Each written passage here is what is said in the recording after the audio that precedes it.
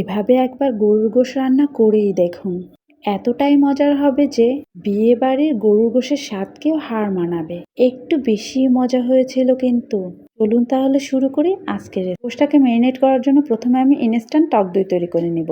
এখানে 1 কাপ কাঁচা গরুর দুধ নিয়ে নিয়েছি এবং তাতে আমি একটা লেবুর হাফ লেবু পুরোটাই চিপে দিয়ে দিব।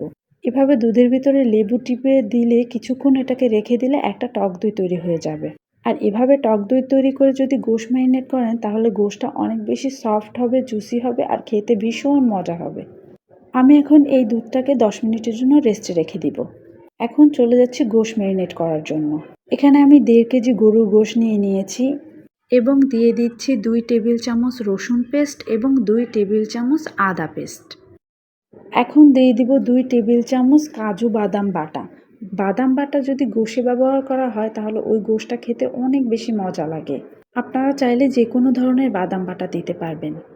এবার দিয়ে দিচ্ছি দারচিনি, এলাচ এবং লং। আমি সব মশলা একবারে মাখিয়েই তারপরে গোশ রান্না করব, তাই সব এখানেই দিয়ে দিচ্ছি।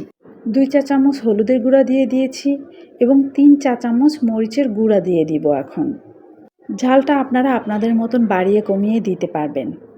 এখন দিয়ে দিব আমাদের সেই বানিয়ে রাখা যে টক দই, সেই টক দইটা পুরোটাই দিয়ে দিব। টক দইটা আমরা এভাবেই দুধ সহই দিব, তাতে করে গোশটা অনেক বেশি সফট হবে এবং অনেক বেশি মজার হবে।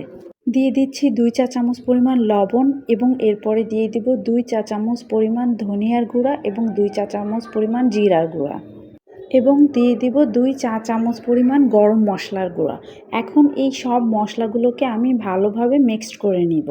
আমি বাজার থেকে কিনে আনা গরম মশলার গুঁড়া ব্যবহার করেছি। এখন দিয়ে দিচ্ছি 2 টেবিল চামচ সয়াবিন তেল। এই তেলটাকেও আমি গোশের সাথে ভালোভাবে মিক্সড করে নিব। আর সবার শেষে দিয়ে দিচ্ছি পেঁয়াজ বেরেস্তা। গোশ ম্যারিনেট করার সময় যদি পেঁয়াজ বেরেস্তা ব্যবহার করা হয় তাহলে ওই গোশটা দিয়ে খুব সুন্দর একটা ফ্লেভার আসে এবং খেতেও ভালো লাগে। এবার সব কিছু মাখিয়ে আমি গোশটাকে 3 থেকে 4 ঘন্টার জন্য রেস্টে রেখে দিব। আমি এটাকে ঢাকনা দিয়ে নর্মাল ফ্রিজে প্রায় 4 ঘন্টার জন্য আমি রেস্টে রেখে দিয়েছিলাম, তাতে করে গোশটা অনেক বেশি সফট হয়ে যাবে। এখন চলে যাচ্ছি আমরা রান্না করার জন্য। এখানে হাফ কাপ তেল দিয়ে দিলাম এবং 1 কাপ পরিমাণ পেঁয়াজ দিয়ে দিলাম। পেঁয়াজটাকে একটু নাড়িয়ে চাড়িয়ে যখন একটু পেঁয়াজটা নরম হয়ে যাবে ঠিক এ পর্যায়ে আমি দিয়ে দিব গোশ। গোশগুলোকে দিয়ে খুব ভালোভাবে কষিয়ে নিতে হবে আর চুলার জালটা কিন্তু আমি এক্ষেত্রে মিডিয়াম রাখবো। যেহেতু মশলাগুলো কাঁচা, সো গোশটাকে খুব ভালোভাবে কষিয়ে নিতে হবে। অনবরত নেড়ে চেড়েই গোশটাকে কষাতে হবে। ঠিক ততক্ষণ পর্যন্ত আমরা গোশটাকে কষিয়ে নিব যতক্ষণ না পর্যন্ত এটার উপর থেকে তেল ভেসে আসে। গোশটা কষাতে কষাতে দেখব কিছুটা পানি বের হয়ে যাবে। এই পানিটা যতক্ষণ টেনে না যাবে ততক্ষণ পর্যন্ত কিন্তু গোশটাকে কষাতে হবে। আমি একটু পরপর ঢাকনাটা দিয়ে গোশটাকে কষিয়ে নিচ্ছিলাম এবং এটার যে পানিটা বের হয়েছে এই পানি দিয়েও কিন্তু গোশটা অনেকটা সফট হয়ে গেছে। আমি গোশটাকে প্রায় 20 মিনিট ধরে কষিয়ে নিয়েছি এবং গোশটা কষাতে কষাতে এক পর্যায়ে এরকম তেল ভেসে উঠেছে। গোশটা কিন্তু এখন কষানো হয়ে গেছে। ঠিক এ পর্যায়ে আমি নাড়িয়ে চাড়িয়ে এটাতে দিয়ে দিব একদম টকবক করা গরম পানি।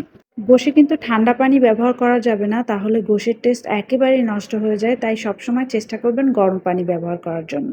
গোশে গরম পানি দিয়ে একটু নাড়িয়ে চাড়িয়ে এটাকে ঢাকনা দিয়ে রান্না করে নিতে হবে। ততক্ষণ পর্যন্ত রান্না করব যতক্ষণ না পর্যন্ত গোশটা সিদ্ধ হয়ে যায়। গোশটাকে আমি কিছুক্ষণ রান্না করার পর যখন ঝোলটা একটু টেনে উঠেছে তখন আমি প্রেসার কুকারে দিয়ে সিটি দিয়ে নামিয়ে নিয়েছি। আমার হাতে সময় ছিল না, তাই আমি প্রেসার কুকারে সিটি দিয়েছি। আপনাদের হাতে সময় থাকলে আপনারা নর্মালি রান্না করে নিতে পারবেন। সবার শেষে এখন দিয়ে দিলাম একটু ফেলে রাখা কাঁচামরিচ, তারপরে দিয়ে দিলাম পেঁয়াজ কুচি, পেঁয়াজ বেরেস্তা এবং 1 চা চামচ পরিমাণ গরম মশলার গুঁড়া। ব্যাস এখন একটু নাড়িয়ে চাড়িয়ে উল্টে পাল্টে নিলে আমাদের গোশ রান্না হয়ে গেছে। আমি গোশটা ভুনা ভুনা পছন্দ করি, তাই গোশটাকে এভাবে ঝোলটা টানিয়ে নিয়েছি। আপনারা চাইলে আরেকটু ঝোল থাকলে নামিয়ে নেবেন। গোশটা কিন্তু আমাদের রান্না হয়ে গেছে। এখন আমি সার্ভ করে দেখিয়ে দিচ্ছি। গোশটা অনেক বেশি সফট হয়েছিল আর খেতে অনেক বেশি মজা হয়েছিল। এভাবে গোশ রান্না করলে গোশ কিন্তু খেতে অনেক বেশি মজা হয় আর সবথেকে বড় কথা গোশের ভিতরে মশলা ঢুকে গোশের স্বাদ অনেক বাড়িয়ে দেয়।